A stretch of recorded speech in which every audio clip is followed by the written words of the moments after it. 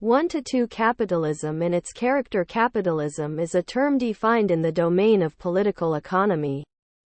In other words, capitalism stresses on a sort of economy which is based on more production and much benefit in the society. In his book, Capitalism, a very short introduction, James Fulcher adumbrates the technical and industrial enterprise of the Scots in cotton industry as a sample event in the progress of capitalist production.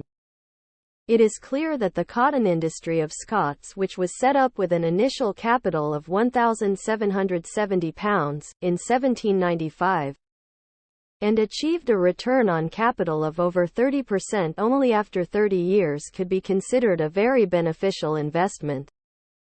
It was very surprising that 40 years later this business accumulated a £22,000 capital for the investors, and by 1880, only 50 years after the establishment of their cotton industry, the Scots accumulated a £88,000 capital. Fulcher, 5.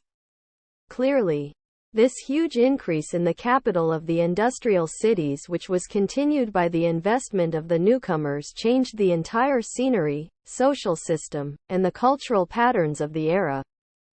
Noticeably, the interest in more profit led to the investment on the new machinery and the employment of many wage workers.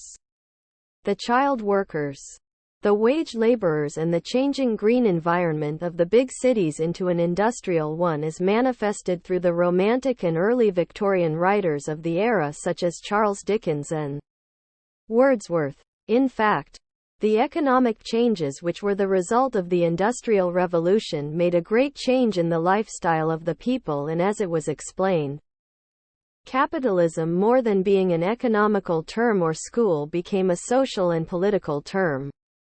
That is why Alan MacLean and Alistair Macmillan, in their concise dictionary of politics, consider the term capitalism a relative latecomer. They maintain that Marx, as a critical philosopher of his age, preferred to use the two expressions the capitalist mode of production or bourgeois society instead of capitalism.